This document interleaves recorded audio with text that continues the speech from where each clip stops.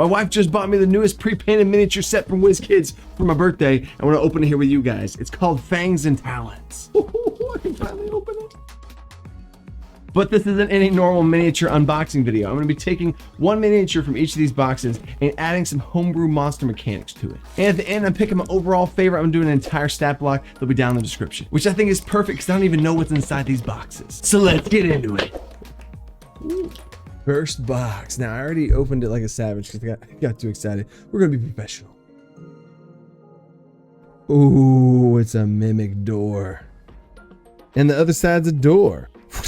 I can already tell you this one's gonna be my favorite without even looking at the rest of them, but I would have it be an attack roll to instantly grapple. And on this door mimic's turn, if they already had somebody grappled, they could pull them into their mouth, swallowing them to the other side of the door. Of course, getting acid damage on the way through the door, but what a crazy thing to be able to pull someone, move them through to the other room. Super cool. We got a Merid. I do not have any minis of these. He's got his own little water body and a clear base too. Cool. A Skulk. Oh, look at him. He's a little boggle. Yeah, I think he is dabbing. I would know that. I'm a high school teacher. Next box. Now I'm opening this entire brick. And how this thing works, apparently, is there are 8 boxes here. That was a random box. It was different assorted from here. But it's guaranteed now in this thing, there will be no repeats of those large minis. But if you want to get the entire set, it's an even bigger size than this, and it's 4 of these. But that would be a little bit too expensive of a birthday present. Apparently it's called a Skeletal Alchemist. Cool. Oh, I saw it, so I gotta show it to you guys now. Here's the large one. A Yuan Ti Anathema. As you can see, this one's definitely larger. This will go great with my other snake people. Cool. A Goliath Biter. I love that they have this like wet looking finish to this thing, where it sheens or it looks literally wet. In general, when I picture Aboleths, I picture them to be bigger than this, but this one looks so sweet. And I don't have one either. Favorite one's gonna be this snake creature. How I'd handle this, you can parse off the health into different sections. So if I gave it 100 health, then each 20 parts of its health would be one of its heads. So whenever I homebrew balance this thing, it would start off as broken and too powerful, and they would have to deal damage to it as quick as they could to try and hack off some of these heads to be able to stand a chance. I'd also make sure narratively describe how each head falls off, and it's just not a random like amputated head. Oh wait, there's 6 heads here. It's got 120 health now. Math. This is a sweet looking fire elemental. Classic with a clear base. Yes, please. Fire Genasi Fighter. Oh, first duplicate. I'm gonna have an army of these little guys. That's another cool thing though. Whenever you have like minis and you get these random minis, it makes me want to create encounters around which random minis I get. And oh, another duplicate from the same pair. Skulk. Super quick homebrew thoughts here. I give it an aura of automatic damage or a firewall trail that it leaves behind itself as it moves. So on its turn, anytime it moves, it leaves a wall of fire behind it that lasts for a round. Or if you want this thing to be even bigger and badder, it lasts always. Creating a firewall maze for your party to die in. Next. Oh, dang it. If I was gonna get a duplicate, why does it gotta be a Merid? This is what I meant about duplicates, because this came from the box set and the other one was that one random box. So if you want to get a bunch of these, probably the brick's the way to go. Time out. I just had a thought here opening this second Merid guy, is whatever encounter I was going to have for this Merid situation they would find, it was going to be one of them and this and this and that. But now that I have 2, the encounters now changed. There's been so many times that I have my minis and what kind of minis I have determine the fight, and or get inspiration. If I don't know what I want to throw at my players or what they would encounter in the forest, I scan through all my miniatures. Which miniatures do I have that would be foresty type miniatures? So I have that be the spark of inspiration and tie it into the story from there. So now whatever encounter they have, I guarantee there's gonna be 2 Merids with some sort of combo water moves that they use together. Legendary action of a jet of water shooting between the 2 of them. Moving on.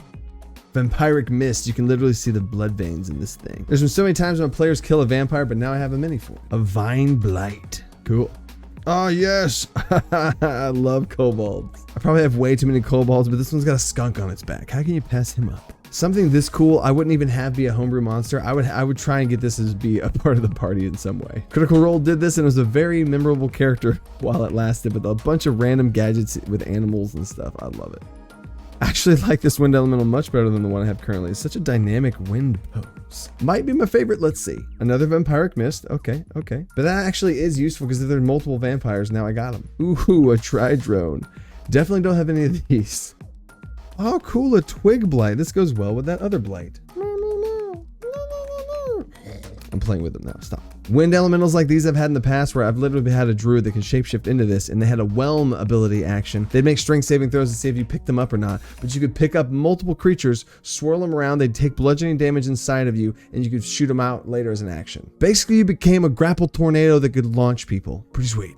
Pretty sweet. Time out. If you like all this homebrew monster stuff, I already did 2 full videos over Matt Colville's villain action system that I've taken and ran with, and Z Bashu's witchery system that I've taken and ran with. I put all that information into my Monster Manual playbook. That's a pay what you want PDF down in the description. More boxes. 4 more. Here we go. So far, my favorite's the wind elemental. Now I just need to get that heart elemental. I actually really like the poses that they got going on here. This is cool. Ooh, and this reminds me. I have this miniature already, which came from a box set. Obviously, you can tell it's not painted, which I have no excuse. This would take probably 5 minutes to paint total, but like I said earlier about having your minis inspire these encounters, I would have them encounter this thing only, and it'd be one creature, and they'd be like, what the heck? And then it would turn, the earth beneath it would forge onto itself, growing and adding temporary health, transforming, whatever you want to think of it, and they would have to hack this thing down. Like I said, I'm making all this up. I just saw this thing. But when it got down to like 30 health or something, it'd switch back to this. This little creature would now start to run around the environment looking for stalagmites to stick his hand onto and then forge onto himself, turning back into this thing. Cool twist to a fight where they have to get this thing low enough and then stop it from getting moving around. Yes, more kobolds. This one's a winged kobold. It literally looks like a spider. Like, well, it is a spider, but dang. Well done, Wizkids. Goliath fighter with a broken sword. Gonna have a hot tub bath for this guy. I'm wanting a dragon, guys. Here we go. Oh, this one's one of the bigger ones. A dire troll. Look how big this thing is. I can't even fit it on this camera. It's so gross. There's an entire thing on its back. I will say I knew this one was in the set, but I didn't really want it. But now that I have it, it's kind of cool. In the grossest way possible. Oh my goodness. I'm probably going to say this wrong, but it's an almirage. How do we go from that ugly thing to this adorable little rabbit? Tie-in apprentice. Even this mini's got a mask on. I don't know. I just love the paint job on that. This is so good. Oh, cool. Animated armor. That looks so awesome.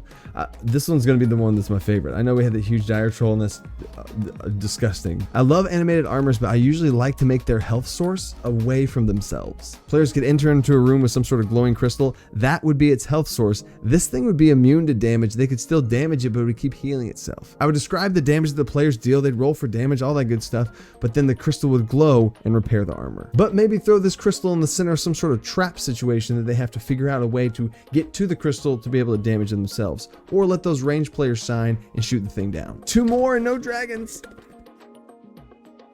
Not upset about this one. Frost Giant Skeleton. I love this thing. First of all, look at that sword. I love the style of that sword. I don't know. This is so cool. And again, look how big this thing is. Ooh, a drake. Again, like I'll say about all minis and their connection together. I have a bunch of these things, but they're smaller and unpainted. But this will be like the alpha one because it looks the coolest. 2 of them now. Love it. I'm totally fine with the duplicates of these smaller ones. In fact, sometimes I want them. Ooh, yep, Banshee. I have a bunch of these Banshees, but hey, can't have to have more. I'm choosing this one from the homebrew because of the inspiration I got from my other miniature drakes that I have. This one will be the alpha. Whenever this drake lands a bite attack, the other drakes can use their reaction to swarm the target. Kind of like a Battlemaster fighter, this thing would give the other drakes movement to start to swarm its target. Guys, this is the last box here. I can't look. I want a dragon so bad I can't look. Okay. Where's the camera? I mean, that's close. Oh God, where's his tail? Oh, it's right. Okay, so it's no dragon, but it's literally the closest thing you could get to one, right? Maybe I should glue some wings onto it. But Tyrannosaurus Rex. Again, this thing is huge. It's just so well done. Look at those details. Simply because of my childhood obsession with dinosaurs, this might be my favorite. Gotta get the rest of these things though. Oh, got that purple. It's a Gloom Weaver. Wow. A donkey. Why you got me carrying all these things? I mean, honestly, I could totally see myself using this as some sort of pack mule that they have carrying along with them. Or I'd have an NPC that has a pack mule along with them. Again, just to use this man. I'm playing again. Stop. Last one. Oh, third one. Well, hey, honestly though, I got a whole little baby encounter right here. Cool. My favorite right now are between these two, Tyrannosaurus Rex and Wind Elemental. I really can't decide.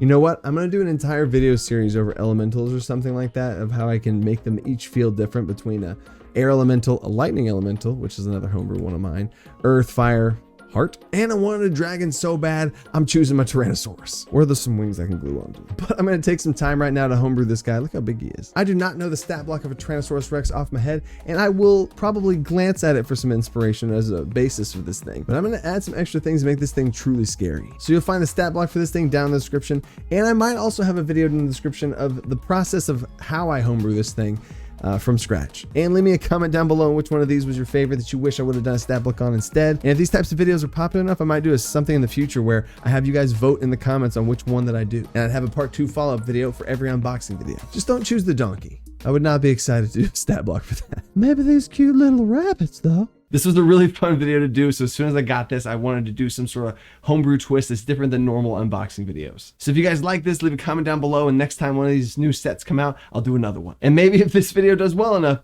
Wizkids could show us some love. And I wanted to take some time out to show you guys my new background.